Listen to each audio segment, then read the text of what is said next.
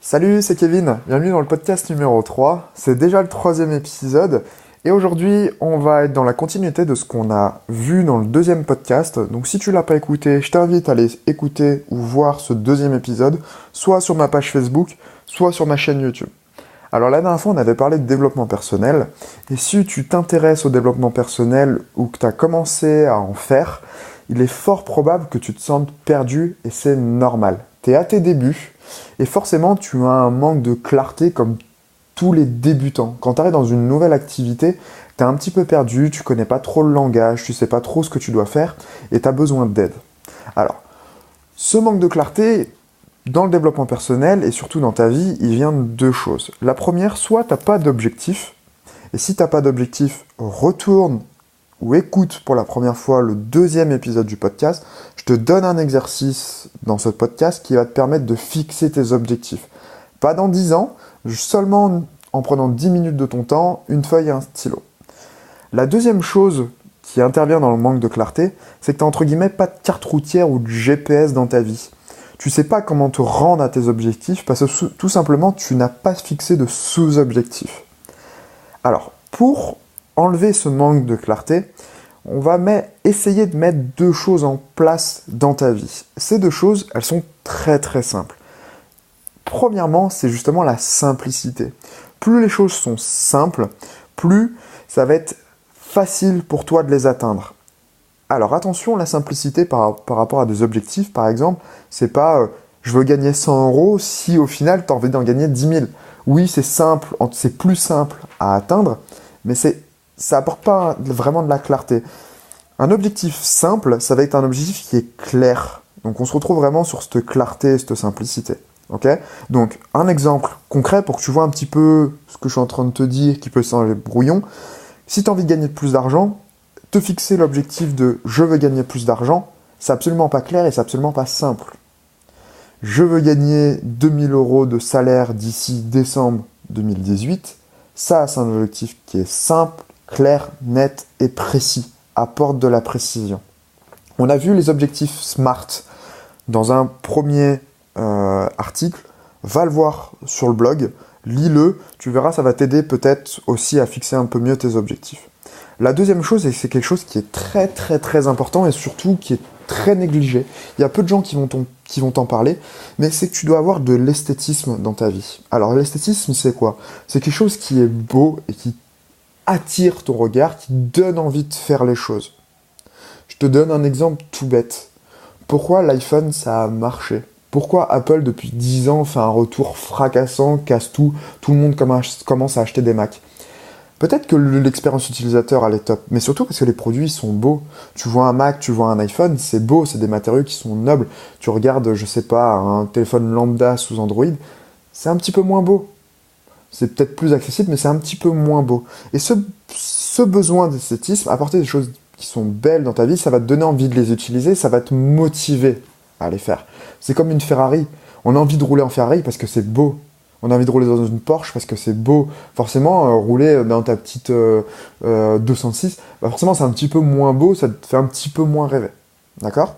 Alors, comment apporter cette simplicité et cet esthétisme, tu vois que les podcasts, les gens disent d'une traite, parce que là, tu fais des petites bourdes à l'oral. J'ai pas envie de me prendre la tête, on reste simple.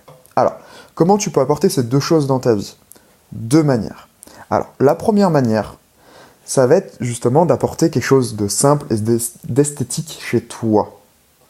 Il faut que chez toi, il ne soit pas trop fouillis, qu'il n'y ait pas trop de choses, qu'il n'y ait pas des choses qui soient entassées. Quand tu as quelque chose chez toi, comme quand tu consultes du contenu, il faut que tu sois conscient et que tu aies envie d'avoir cet objet. N'entasse pas. Tu t'es jamais rendu compte que quand tu fais un ménage de printemps, tu as une superbe sensation derrière de te sentir... Tu as l'impression d'être sur un nouveau départ, parce que tu as envie plein de choses chez toi, tu as l'impression que c'est tout neuf, de redécouvrir ton chez toi.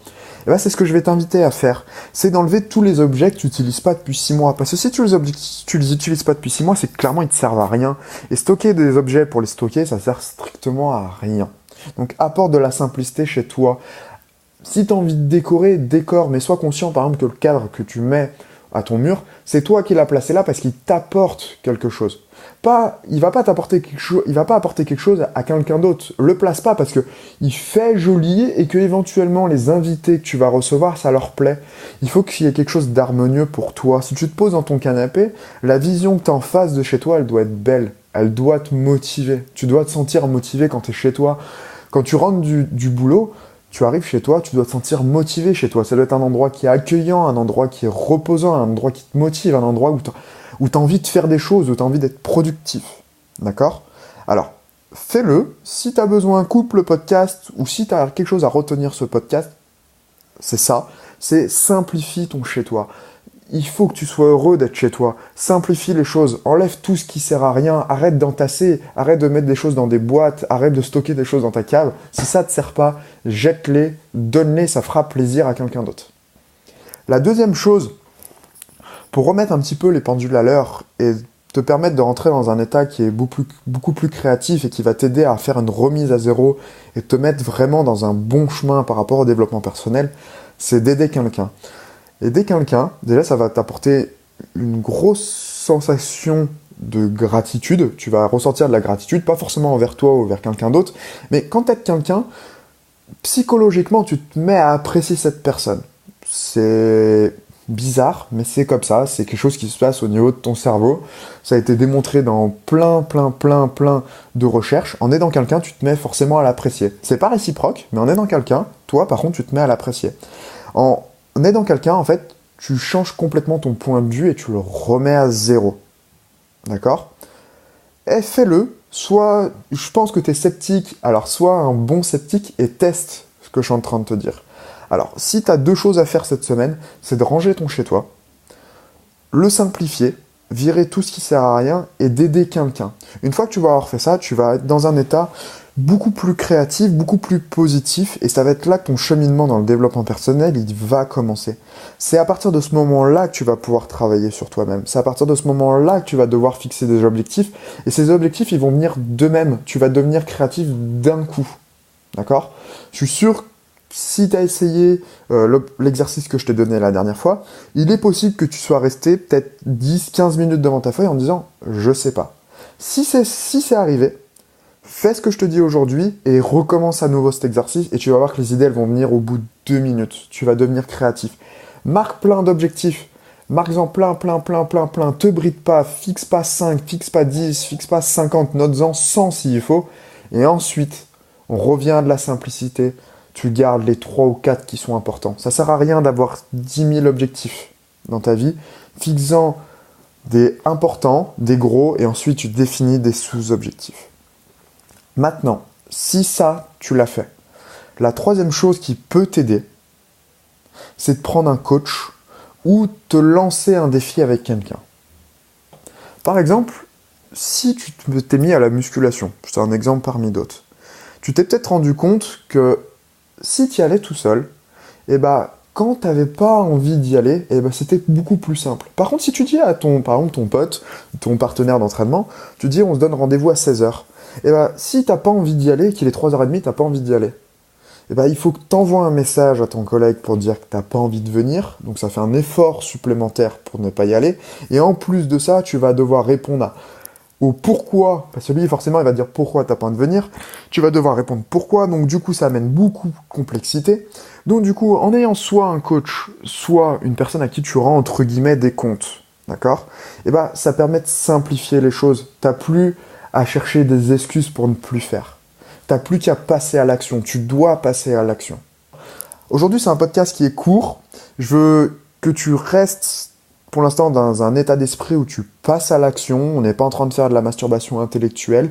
Je veux que tu passes à l'action. Je suis pas là encore une fois pour te donner des cours. Passe à l'action, teste ce que je t'ai dit aujourd'hui et on se retrouve très très vite sur un nouveau sujet. Si tu es passé à l'action, comme d'habitude, dans les commentaires, tu me dis ce que tu as fait, tu me dis ce que tu aimerais que j'aborde la prochaine fois et encore une fois, passe à l'action. Le développement personnel, l'amélioration de ta vie, elle passe par ça, elle passe par tes actions. Si tu ne te bouges pas les fesses, il ne se passera rien du tout. À la prochaine!